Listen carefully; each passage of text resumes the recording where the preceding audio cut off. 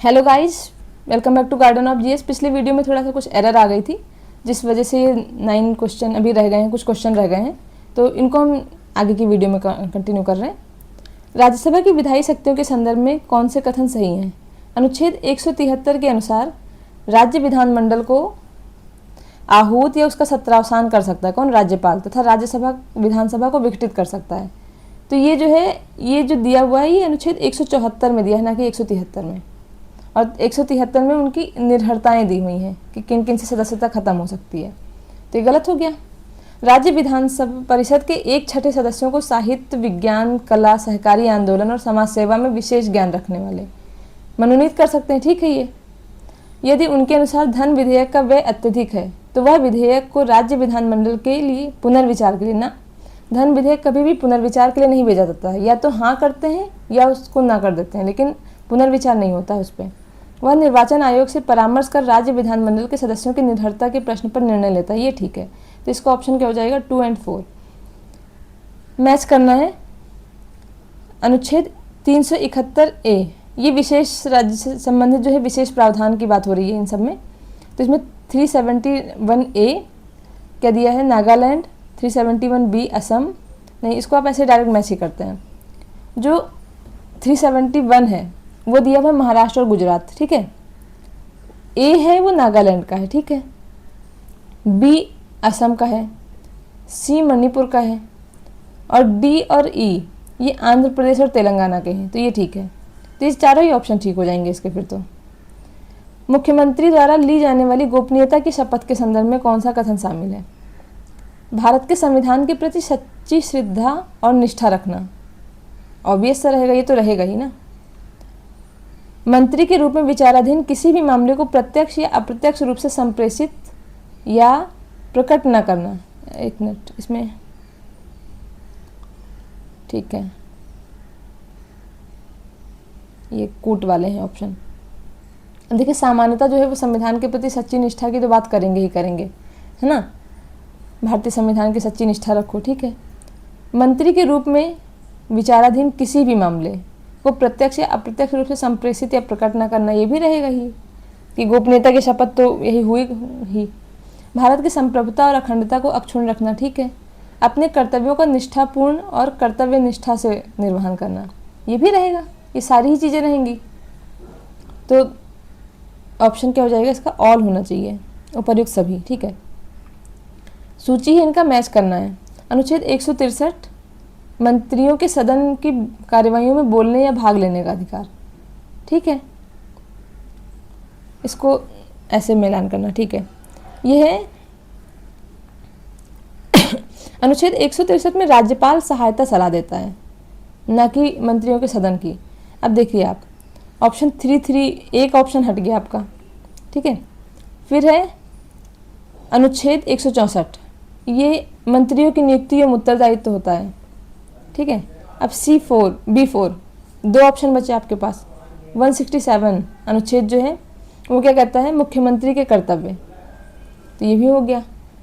तो इस तरह से आंसर आ गया 177 मंत्रियों के सदन की कार्यवाहियों में बोलने तथा भाग लेने का अधिकार, ये 177 में आ गया। इसको आप ऐसे याद करेंगे तो नहीं याद होगा, इसको ट्रिक से याद करना पड़ेगा, तभी आर्टिकल्स याद हो पाएंगे। भारत में विधान परिषद के संदर्भ में कौन सा कथन सही है? किसी राज्य में विधान परिषद के सृजन या उत्साधन का प्रावधान भारतीय संविधान के अनुच्छेद 169 के अंतर्गत किया गया है, ठीक है। ये राज्य विधानसभा में विधान परिषद के सृजन या उत्साधन संबंधी प्रस्ताव को विशेष बहुमत से पास करना आवश्यक है, ठीक है। जो लोकसभा और राज्यसभा है वहाँ पे साधारण बहुमत से पास होता है, लेकिन जो राज्य की विधानसभा है वहाँ पर विशेष बहुमत से पास करते हैं, वही कि कुल संख्या का बहुमत, फिर उपस्थित और मतदान करने वाले का 2/3। तो ये सी ऑप्शन हो जाएगा। राज्य विधानसभा के संदर्भ में कौन सा कथन सही बताए हैं? धन विधेयक केवल विधानसभा में प्रस्तुत किया जा सकता है, विधान परिषद में नहीं, ठीक है। इसमें विधान परिषद के पास केवल 14 दिन का समय होता है, वो हाँ करे तो ठीक है, वरना कुछ रिकमेंडेशन देना चाहे तो लोग, अगर विधानसभा मानेगी तो ठीक है, नहीं मानेगी तो कोई बात नहीं, मतलब बहुत कम पावर होती है। नेक्स्ट है विधानसभा परिषद के विरुद्ध अविश्वास प्रस्ताव पारित कर सकती है, जिससे मंत्रिपरिषद को सामूहिक रूप से त्यागपत्र देना होता है, ठीक है। जैसे आप संसद का पढ़े हैं, सेम वैसा ही है कि अगर अविश्वास प्रस्ताव पारित हो गया मंत्रिपरिषद के विरुद्ध तो सामूहिक रूप से त्यागपत्र देना पड़ जाता है। तो ये दोनों ही ऑप्शन ठीक है, ऑप्शन सी हो जाएगा इसका। नेक्स्ट क्वेश्चन है विधान परिषद की संरचना के संदर्भ में बताना है। स्थानीय निकायों के सदस्यों द्वारा निर्वाचित, ठीक है, 1/3 स्थानीय निकाय से होते हैं। राज्यपाल द्वारा नामित, ये भी होते हैं 1/6, ठीक है, ये भी। विधानसभा द्वारा निर्वाचित, ये गलत है, 1/4 जैसा कहीं कुछ है ही नहीं इसमें, 1/3 ही होता है। तो ये 1/3 हो गया इनका विधानसभा द्वारा निर्वाचित, स्थानीय निकाय का 1/3 हो गया, राज्यपाल का 1/6 हो गया, और इसमें स्नातक शिक्षकों द्वारा 1/12, ये भी ठीक है। तो इस तरह से आंसर हो जाएगा इसका ए। और एक वही बताया ना, इसमें इन्होंने 2 ऑप्शन कर दिया कि स्नातक 1/12 करते हैं और 1/12 शिक्षक करते हैं और 1/6 राज्यपाल। तो इन तीनों को मिला के 1/3 हो गया, और 1/3 स्थानीय निकाय और 1/3 विधानसभा। नेक्स्ट क्वेश्चन, सूची और अनुच्छेद बताना है इनका कि न्यायालयों को विधायी कार्यवाहियों से की जांच से प्रतिबंधित करना। नेक्स्ट है सदन में न्यायाधीशों के आचरण पर चर्चा करने पर प्रतिबंध, ठीक है। और प्रक्रिया संबंधी मामलों में इसमें कूट वाला है। कूट वाले में थोड़ा सा आसान ये हो जाता है कि अगर आप 1-2 भी अनुच्छेद जान रहे हैं तो बाकी फिल्टर आउट करना आसान हो जाता है। गुप्त बैठक 208 के तहत होती है। अब लास्ट में 4 किस में है और किसी में नहीं है, D4 आंसर आ गया आपका। बाकी आपको नहीं भी पता तो भी ऐसे में हो जाता है, मतलब अगर 2 ऑप्शन तक भी क्लियर है तो भी कई बार हो जाता है, लेकिन अब कई बार नहीं भी हो पाता है, डिपेंड करता है कि उससे कितने ऑप्शन जो है फाइंड आउट हो पा रहे हैं, ठीक है। तो बाकी ये न्यायालयों को विधायी कार्यवाहियों की जांच से प्रतिबंधित करना, ये किस में दिया हुआ है, अनुच्छेद 212 में। सदन में न्यायाधीशों के आचरण पर चर्चा करना 211, और प्रक्रिया संबंधी मामलों में विधानमंडल के अधिकारियों को न्यायालय के अधिकार क्षेत्र से संरक्षण, ये 212 भी है। इसका आंसर ए हो जाएगा। नेक्स्ट क्वेश्चन है प्रावधान अनुच्छेद बताना है। सुप्रीम कोर्ट आ गया इसमें, ये कौन सा वाला क्वेश्चन है, ये भी कूट वाला ही है, ठीक है। सर्वोच्च न्यायालय की संरचना, ये कौन से अनुच्छेद में है सर्वोच्च न्यायालय की संरचना, अनुच्छेद 124, ठीक है। क्या इससे कोई ऑप्शन हो पा रहा है, A2 से देखिए 2 ऑप्शन आपके अलग हो गए। अब आपको पता है D3 ही है, D3 सेवानिवृत्त न्यायाधीशों की पीठों में उपस्थिति, अनुच्छेद 128 हो गया, ठीक है। और हमें ये पता है कि जो 126 में क्या कहा गया है कि अगर मुख्य न्यायाधीश का पद रिक्त हो या कर्तव्य का निर्वहन करने में असमर्थ हो तो उस समय पे कार्यवाहक मुख्य न्यायाधीश की नियुक्ति हो सकती है, ये है 126 में। B1 तो इसका आंसर क्या हो जाएगा, C। उच्च न्यायालय के न्यायाधीशों की नियुक्ति के संदर्भ में कौन सा कथन सही है। उच्च न्यायालयों की न्यायाधीशों की नियुक्ति संबंधित राज्य के राज्यपाल द्वारा भारत के मुख्य न्यायाधीश से परामर्श के पश्चात की जाती है। क्या ये ठीक है, आपने पढ़ा होगा ये चीज़, कई बार पढ़ा होगा। तो ऑप्शन 1 पहली बात तो गलत है। क्यों, क्योंकि न्यायाधीशों की नियुक्ति राज्यपाल नहीं करते हैं, कौन करता है, राष्ट्रपति करते हैं, ध्यान रखना है। सुप्रीम कोर्ट के जज की परामर्श से करते हैं और संबंधित राज्य के राज्यपाल की परामर्श से करते हैं, लेकिन करता कौन है, राष्ट्रपति करते हैं, ठीक है। उस राज्य के हाई कोर्ट के जो भी न्यायाधीश हैं, सुप्रीम कोर्ट के हैं, उनसे न्यायाधीश से और राज्यपाल से। मुख्य न्यायाधीश के अतिरिक्त किसी अन्य न्यायाधीश की नियुक्ति के मामले में संबंधित उच्च न्यायालय के मुख्य न्यायाधीश से परामर्श किया जाता है, ठीक है। अगर मुख्य न्यायाधीश की बात छोड़ दी जाए और किसी अन्य की, वही मैंने बताया कि अगर मुख्य न्यायाधीश की नियुक्ति करनी है तो सुप्रीम कोर्ट के जज और राज्यपाल से परामर्श लिया जाएगा।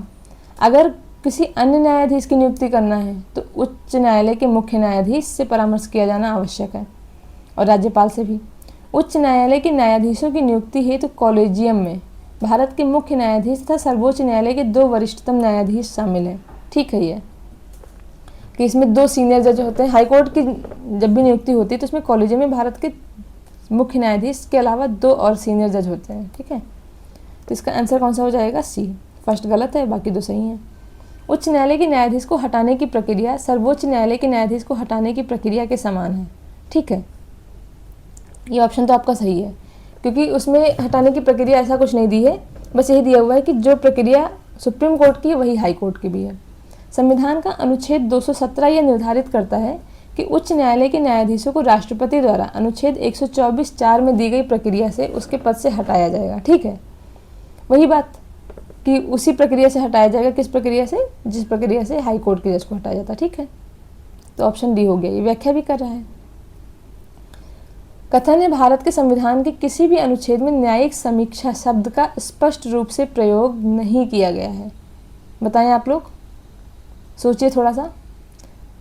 न्यायिक समीक्षा शब्द का सच में डायरेक्टली कहीं भी प्रयोग नहीं है। मतलब ये जो है मेनली कई अनुच्छेद हैं जिनके, जैसे अनुच्छेद 13 हो गया, अनुच्छेद 32 हो गया, 226 हो गया, इन सबके प्रावधान के तहत न्यायिक समीक्षा जैसे शब्द प्रयोग किया जाता है, लेकिन कहीं भी उल्लेख नहीं है इसका। ठीक है, न्यायिक समीक्षा की शक्ति उच्च न्यायपालिका की एक अंतर्निहित शक्ति है। इसे संविधान का एक आधारभूत लक्षण माना गया है। हाँ ठीक है, मतलब ये इसकी शक्ति तो है ही है। जब शक्ति है, आधारभूत लक्षण है, तभी तो इसका प्रयोग हो रहा है।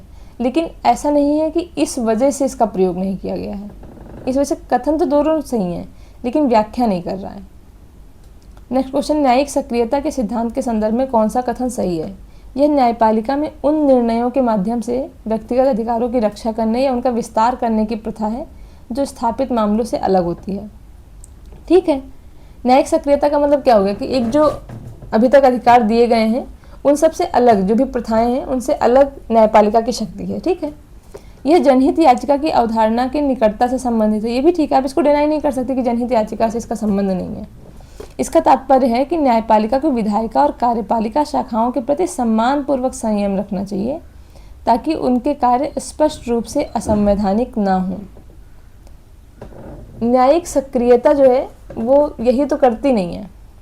मतलब न्यायिक सक्रियता कई बार ऐसा हो जाता है कि जो विधायिका और कार्यपालिका के कार्य हैं उनसे थोड़ा सा आगे बढ़ जाती है। ठीक है, तो इसका आंसर ए हो जाएगा। उच्च न्यायालय के पर्यवेक्षी क्षेत्राधिकार के संदर्भ में कौन से कथन है, इन पर विचार करना है। प्रत्येक उच्च न्यायालय को उन क्षेत्रों के अंतर्गत आने वाले सभी न्यायालयों तथा अधिकरणों पर अधीक्षण की शक्ति होती है जिन पर वह अधिकारिता का प्रयोग करते हैं। तो ये ठीक है, ये इनकी ये शक्ति होती है। ठीक है, अधीक्षण की यह शक्ति सशस्त्र बलों से संबंधित किसी भी व्यक्ति के अंतर्गत गठित सैन्य न्यायालयों तक विस्तारित नहीं होती ना। जो उच्च हाई कोर्ट है इनके पास सशस्त्र बलों से संबंधित सैन्य न्यायालय के अधिकरण तक विस्तारित नहीं होती। तो ये ऑप्शन गलत हो गया। तो इसका आंसर क्या हो जाएगा? अच्छा, और भी है। अधीक्षण की यह शक्ति प्रशासनिक तथा न्यायिक दोनों प्रकार की होती है। नहीं, हाँ ठीक है, प्रशासनिक और न्यायिक दोनों तरह की तो होती ही है, क्योंकि 226 के तहत जो है प्रशासनिक हो गया और न्यायिक भी हो गया। ठीक, तो इसका आंसर क्या हो जाएगा? ए। प्रशासनिक मतलब जो भी हाई कोर्ट से नीचे के जो भी कोर्ट्स हैं, जैसे सेशन कोर्ट वगैरह है, उन सब का एडमिनिस्ट्रेशन कैसे चलेगा इससे संबंधित नियम हाई कोर्ट ही बनाता है। ठीक है, और न्यायिक तो होता ही है कि न्याय दिया तो उसके न्याय सब कहीं मान्य है। उच्च न्यायालय द्वारा रिट क्षेत्राधिकार के प्रयोग के संदर्भ में बताना है। अनुच्छेद 226 के अंतर्गत उच्च न्यायालय की रिट जारी करने की शक्ति अनुच्छेद 32 के अंतर्गत, मतलब कहने का मतलब यह है कि जो 226 है उसका क्षेत्राधिकार बड़ा है और 32 का कम है, क्योंकि जो 32 है वो केवल फंडामेंटल राइट्स तक ही सीमित है और 226 जो है वो फंडामेंटल राइट्स के अलावा बाकी चीज़ों पर भी रिट जारी कर सकती है। तो ये ऑप्शन ठीक है। 5 तरह की रिट होती हैं: बंदी प्रत्यक्षीकरण, परमादेश, प्रतिषेध, उत्प्रेषण और अधिकार परीक्षा। ये मैंने बता रखा है कि एक क्वेश्चन भी ऐसा सॉल्व कराया था। बंदी प्रत्यक्षीकरण है कि अगर किसी व्यक्ति को बंदी बना लिया गया है, गिरफ्तार कर लिया गया है या किडनैप कर लिया गया, तो ये पूछा जाएगा कि आपने किस अधिकार से इनको बंदी बनाया। ठीक है, मतलब आप समक्ष प्रस्तुत करें, अधिकार नहीं, आप प्रस्तुत करें इनको समक्ष, न्यायालय के समक्ष। ठीक है, तो हो गया बंदी प्रत्यक्षीकरण। परमादेश का मतलब आदेश से मैंने बताया था कि इसमें आदेश देते हैं अपनी लोअर कोर्ट को और प्रशासन को कि आप ये काम करिए। ठीक है, जैसे सुप्रीम कोर्ट आए दिन फटकार लगाता रहता है, ये भी एक तरह का परमादेश हो गया। उत्प्रेषण और प्रतिषेध, प्रतिषेध में कोई काम हो गया है तो उस पर रोक लगाई जाती है, उसको कैंसिल किया जाता है। और नहीं सॉरी, प्रतिषेध में काम करने से पहले जैसे आप देखेंगे निषेध लिखा रहता है कि यहाँ पर पान थूकना निषेध है। ठीक है, तो निषेध का मतलब आप काम करने से पहले वार्निंग दी जा रही है। और उत्प्रेषण में काम हो चुका है, उसके बाद आपको वो काम कैंसिल किया जाएगा। मतलब अगर किसी कोर्ट ने अपने अधिकार क्षेत्र से बाहर जाकर काम कर दिया है तो उसको निरस्त कर दिया जाएगा, ये होता है उत्प्रेषण।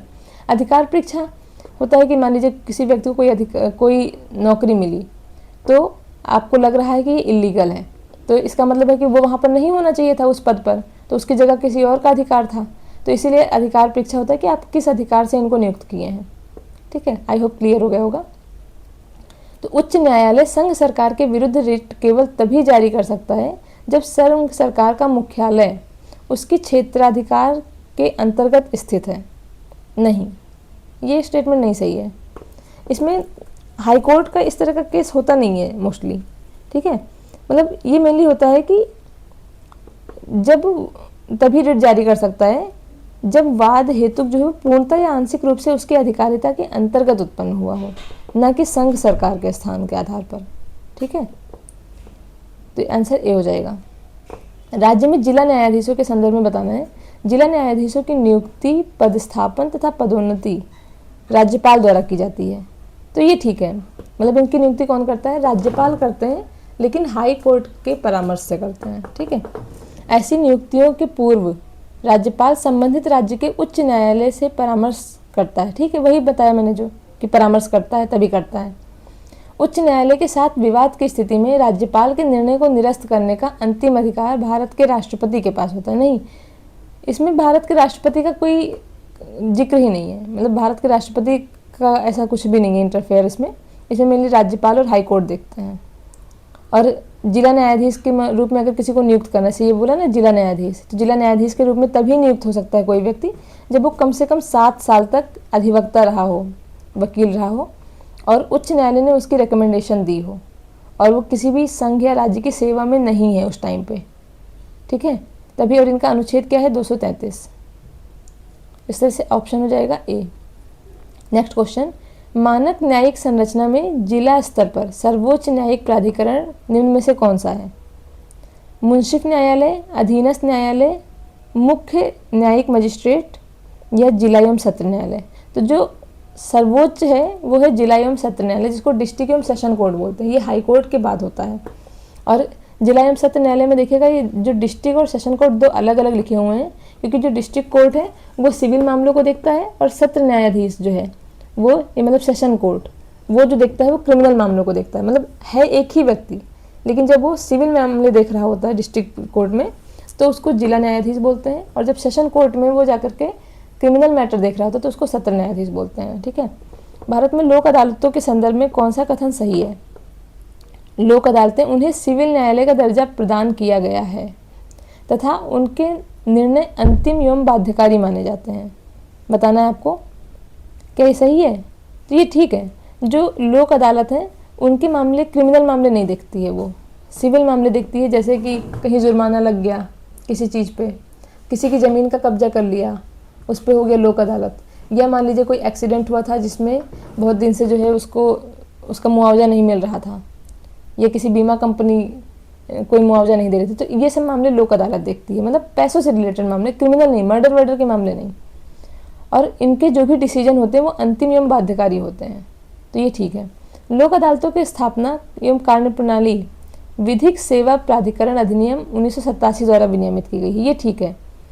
इसको नालसा बोलते हैं, जो केंद्र स्तर पर होता है उसको नालसा, और राज्य स्तर पर होता है उसको सालसा बोलते हैं। तो इसी 1987 के एक्ट द्वारा ही ये किया गया है लोक अदालत, कि जिससे त्वरित न्याय हो सके, और एक तरह से वैकल्पिक विवाद निपटान प्रणाली को प्रोत्साहित करता है। कि जैसे कोर्ट में अगर आप जाएं तो वहाँ पे किसी भी केस को रिजॉल्व होने में बहुत ज़्यादा टाइम लग जाता है, तो लोगों का मनी भी वेस्ट होता है, टाइम वेस्ट होता है। इसीलिए ये वैकल्पिक विवाद निपटान सिस्टम है, जिसमें कम टाइम में और त्वरित न्याय हो जाता है, जिसमें बहुत ज़्यादा विशेषज्ञ की ज़रूरत नहीं होती है, ऐसे मामले हो जाते हैं, क्लियर हो जाते हैं इसमें। तो ऑप्शन सी हो जाएगा इसका। भारत में विधायी शक्तियों के वितरण का बताना है। संघ सूची रक्षा एवं विदेश मामले आपको पता है, तो सही ही है। पुलिस और लोक व्यवस्था कौन देखता है? राज्य देखती है, ये भी पता है। और समवर्ती सूची शिक्षा तथा वन, ये भी ठीक है। शिक्षा जो है वो पहले नहीं था समवर्ती सूची में, ये बाद में इसको 42वें संशोधन से शामिल किया गया है। तो इसमें शिक्षा को शामिल किया गया, वन को, नाप तौल को, वन्य जीव पक्षियों का संरक्षण और न्याय प्रशासन, 5 चीज़ें शामिल की गई थी। फिर से बता दूं, एफ से फॉरेस्ट, FE से एजुकेशन, W से वेट, और जे से जस्टिस और उसके अलावा एक है वाइल्ड लाइफ का। ठीक है, तो ये वाइल्ड लाइफ का हो गया। ठीक, तो ये 5 चीज़ें थी जो इसमें शामिल की गई थी। ठीक है, तो ऑप्शन इसका हो जाएगा डी। तो आज के लिए इतना ही, और नेक्स्ट वीडियो से टेस्ट नंबर 6 स्टार्ट करेंगे। Thank you so much.